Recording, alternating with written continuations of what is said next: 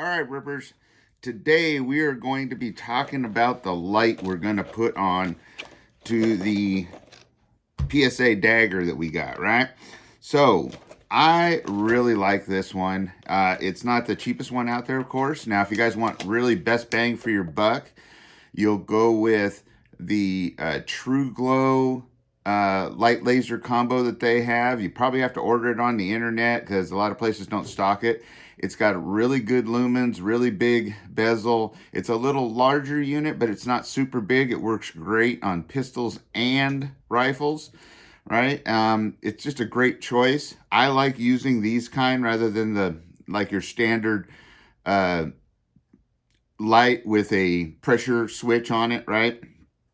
Just because they're adequate, they're small, you can switch them back and forth from your pistol to your rifle or just have it on there permanently. They're easily switchable. Most of them do have a pressure switch as well. This one here, this is the Streamlight Tlr8, right? And what this has is plenty of lumens. 500 lumens is plenty of lumens for a home defense or a duty weapon. It has the ability to be able to switch it from either side on there. It has a strobe feature. It has its high-low settings. It also has the ability to turn it off, so you can lock it out so that it won't accidentally get turned on and burn the battery down. You know what I mean? You can switch between having the light on or just the laser on, or the light and the laser. And the reason I get the laser on and the light laser model is it's really no bigger than the just straight up light models. So why not, right? Have a little extra there. So like I said, it's got 500 lumens. It's an hour, 1.5 hours running time on full. It has a strobe, uses a CR123 lithium battery. Integrated laser sight, machined aluminum, ambidextrous operations, safe off feature, key kit included to securely fit a broad range of weapons, and I'll show you what that means in a minute. Let's see, IPX4 water resistant, lightweight at 2.64 ounces. Operating temperature is -20 to 120 Fahrenheit. And limited lifetime warranty. So, and these things, I've had them and beat the heck out of them. They really do work. So, let's see what we got in here. Well, you have all of these little things like this, right? And what these are little different little adapters to fit different rails and to be able to adjust different firearms and to get it as close as you can to the trigger bow. That's the goal, right? So, we've got those. Never figured out what that was for. That's probably if you don't have any notch whatsoever. And it gives you a little, actually spare parts. There's some little C-clips in there.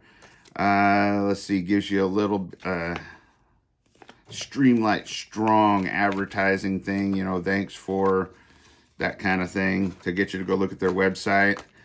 Now, you'll see what this paper clips here, or this safety pins here in a minute for. So you got your instruction manual here. There's really not a lot to read in there. And you have your little, this is the guy you don't want to lose and you want to have in your kit when you have, that you keep on you, you know, whether it's in your IFAK or whatever, or your admin pouch or something, but it's the little adjustment tool for adjusting, for sighting it in.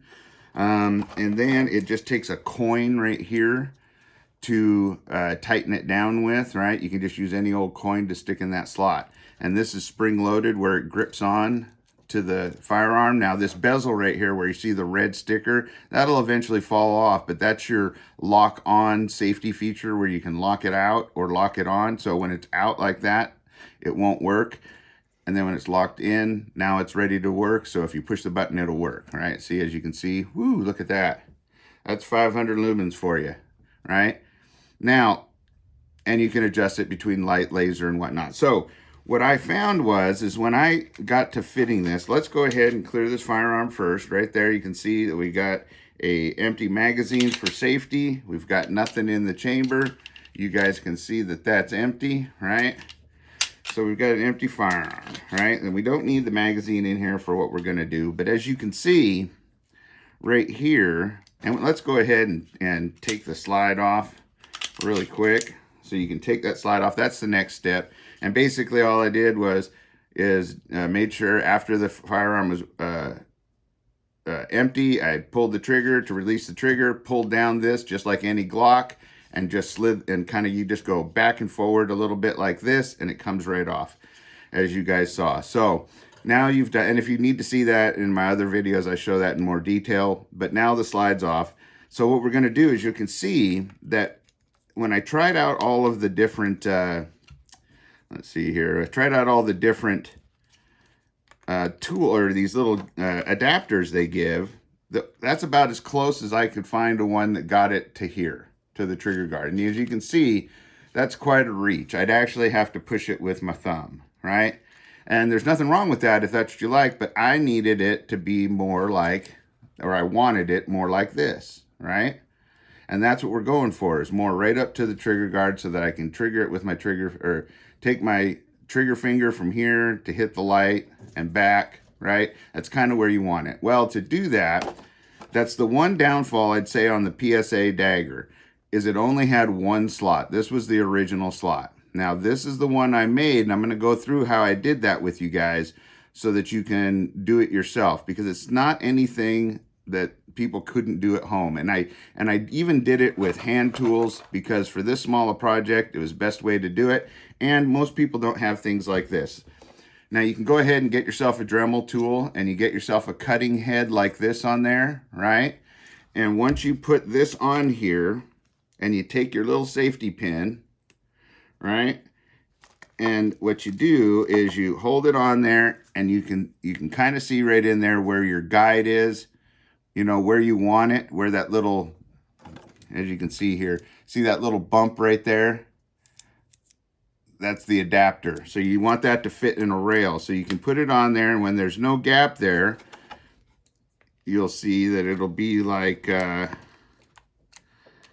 of like that. And then you just go in there and score your line. And once you've got your line scored on this side right there, as you can see, you'll score the line on the other side, or you'll measure, you'll take your adapter out, measure it, so you can take it like this, the thickness, you see, and I'll stick it in there just for demonstration purposes, but you'll hold it there, score it on the other side so you know where your margins are. Now, once you've done that, what I would suggest doing is you get yourself either a triangle file like this, right? It's triangular in shape, or a half round that has a sharp edge on it. You want a sharp edge, and what you want to do is you want to score, you know, just real easy. You don't need to push a file hard. You want to let it do its work, right? So you'll just score the lines and make them even deeper on each side, right? Until you get kind of a groove going. Now from there, if you have a steady hand, I would suggest putting this into a vise between two pieces of wood, and you don't have to tighten it down hard, just enough to hold it. And then you could use both hands on your tool and use it just to work back and forth to clear out your channel to the depth you need it. Now the depth you want it is right, as you can see where this one is, right where the tip of your Picatinny rail is. That's about how deep you want it over here, right? Just deep enough to be able to get that adapter tool in there and set flush, right? Just like that one does. See that? Okay. So that being said, you can just keep working with your Dremel tool back and forth like this, getting it all cleaned out real nice. Now, what I did so that people could do this at home is once I got my groove started on each side and got it deep enough, what I did was I switched to a flat file that has teeth on the sides.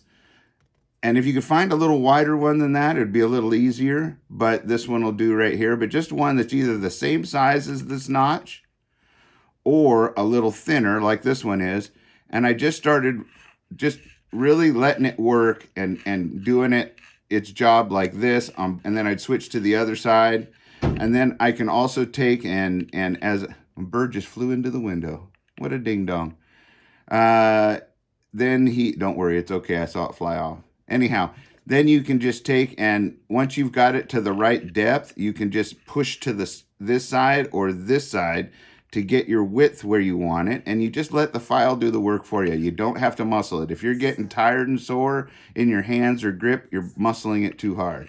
So now once you got it filed down, and it'll take a little while, and you can just do this right like this down on a surface. And this is how I did it. I just pushed it like this, letting it cut from each side, and moved to this side and cut until I had the depth I wanted and the width I wanted. Now, then to make it nice, because why not, right? You could just leave it like that if you wanted to.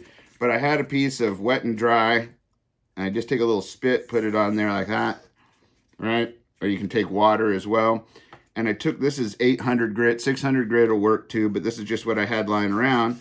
And I just took like this, and I just kind of moved it from side to side and just kind of polished things up real nice, right?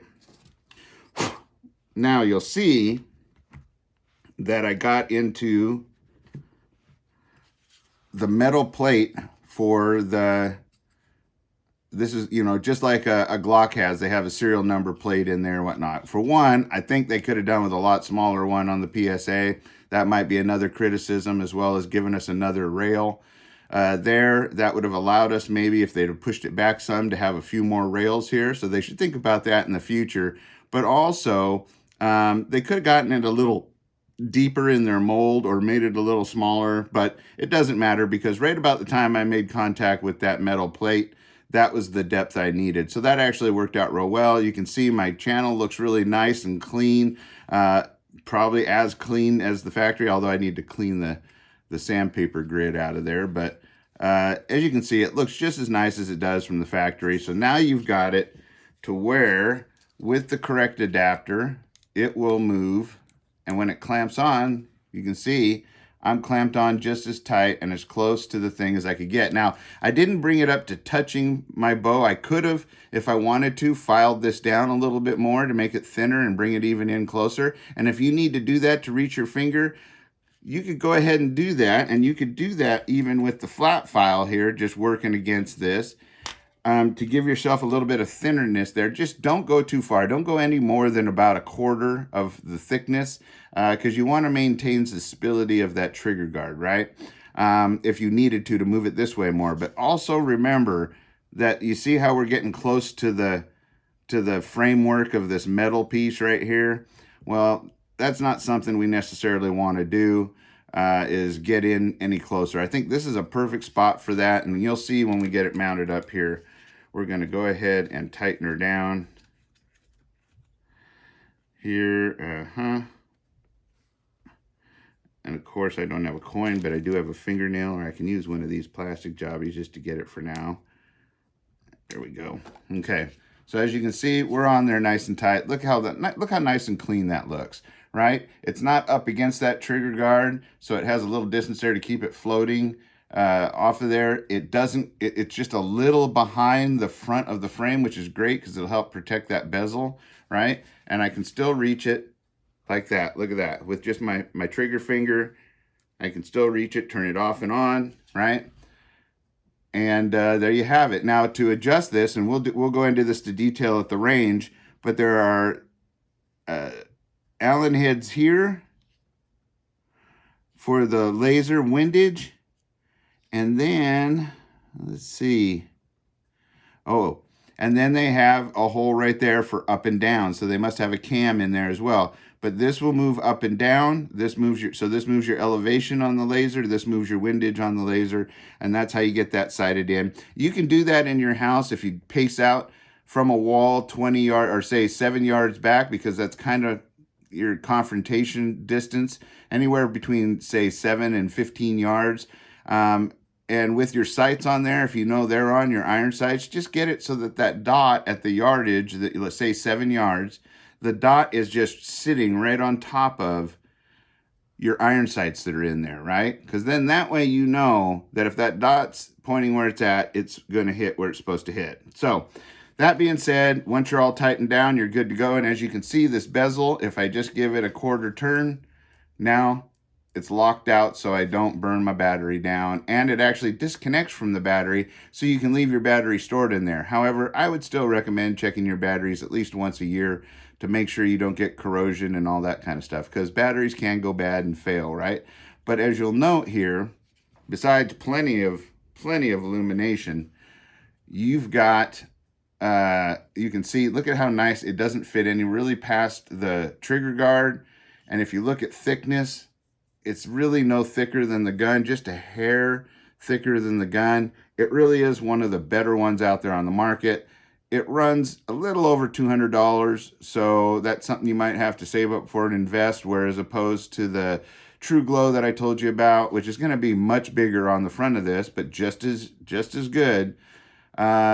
And they're running around $70 right now, maybe a little more depending on what the market's doing, because as you guys know, right now things are going crazy. So that's all there is to doing that mount, making the notch that I made, right? Just be sure to take your time, don't rush it, and just take pride in your work, that like going the extra mile to get the fine grit sandpaper in there so that it looks nice. And there you have it. Now we'll put her back together. All you have to do with this is just slide her on, reverse of what you did, rack it once back. I always rack it twice just to be sure. Check the trigger. Now you're good. No magazine in the gun, empty magazine. And there you have it. That is our finished PSA Duty Gun Dagger. Now we just have to get to the range and try her out to make sure that it works, right? Right. And I know you guys have been looking forward to that. I know I've been looking forward to that. Now, as you can see, just an overview of everything we did. We put a slide racker assister on here. That's for people with grip issues and whatnot. Or if your hand gets damaged or hurt in an altercation, you can charge this off of a tabletop easier. You can charge it off your jean pocket easier. Hook a piece of clothing, hook your shoe. It doesn't matter, but that's what this is for. We also have co-witnessed suppressor night sights now, as you can see right there. We've got those night sights on there. We've also got the Hollow Sun. It's the HS407C X2, right? So it's a 1 minute angle dot. It's got little holes drilled in each side of the apron to let water drill out if you're in drain out if you're in bad weather.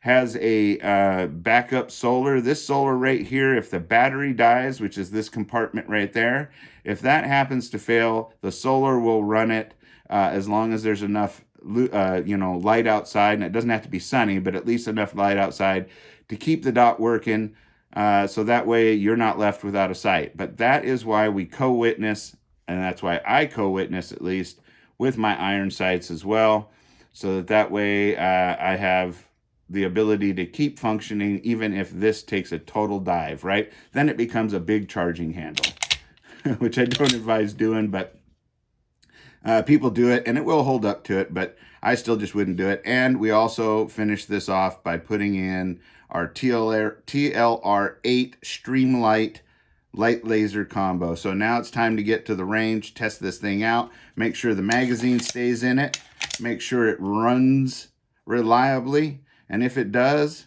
woohoo! We might even do some testing on there with my Osprey suppressor. Even though it's meant for a 45, it fits on the 9mm, and we'll see how it sounds suppressed as well.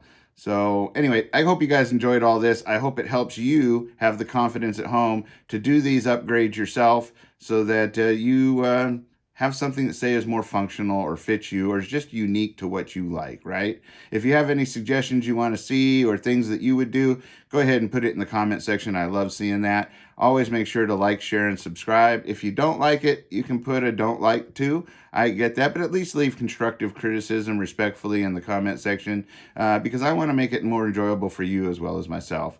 And also, always share it out on all your social media platforms. It really does help the word get out, because you won't believe how many times it takes me trying to upload these videos and getting it just right so that they'll let it go through their whatever AI and